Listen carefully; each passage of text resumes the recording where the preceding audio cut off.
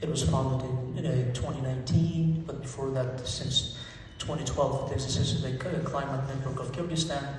Today, Green Alliance embraces some 50 organizations, ecological organizations, the operations of which are affiliated to green finance, green agriculture, green construction, academia, research and analysis, and things alike.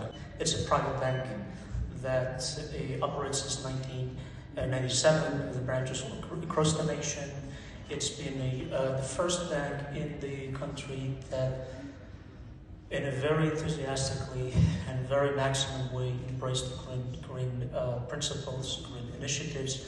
It is opened the department of the green financing. It is developing the green bonds of approximately $1 million US. It became the first bank in Central Asia to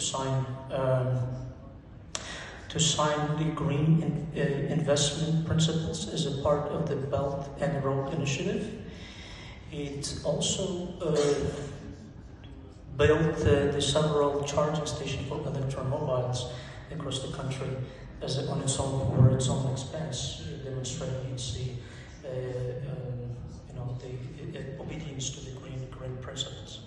And also, the bank launched 5 green lending programs with some 80 partners in Eco Auto, or supporting the green cars, Eco House, supporting these refurbishment or construction of the more self-sustainable and passive buildings and houses. And in agriculture sector, it supports these eco-friendly use of equipment and measures for the agriculture sector. And the tourism, of course.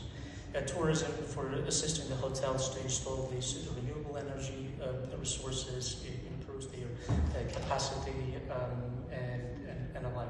And also one very important gender-based approach is the Green Lending Project, which basically to incentivize the women to get more favorable percent interest rate loans, because in the country statistically 60% of the loans, of all loans in the country, are taken by the women. So the role of the woman is very crucial in our economy, in our country. As of course, we have a very vibrant and very active civil society, and the Green Alliance members are doing a good job.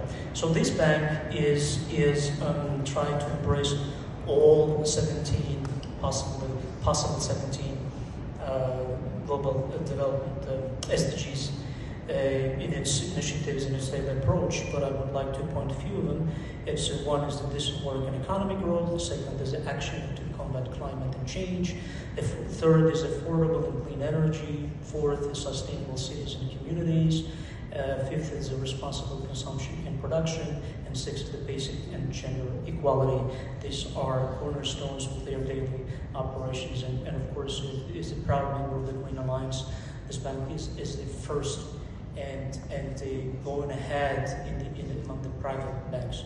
Of course, we as a Green Alliance make a consulting to other banks who also would like to increase their capacity when it comes to the green financing. Answering to your question regarding the technologies, how they can transform. Of course, the technologies plays, particularly for the countries like developing nations like Kyrgyzstan is.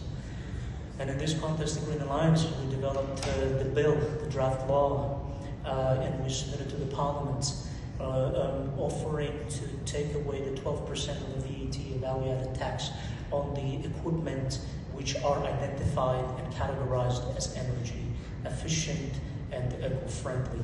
So we are doing that to incentivize improve the buying capacity of society.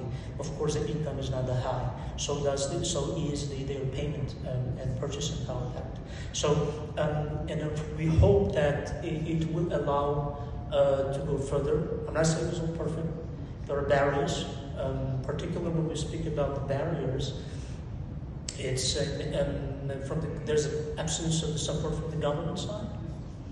There is a absence of the loan money, cheaper money, and of course there is no categorized system. We're talking about design. It is a discussion. different platforms who speak to the Minister of Economy about it. But of course, I think that we are on the way. And of course, this is the process. It's a journey from brown economy to green.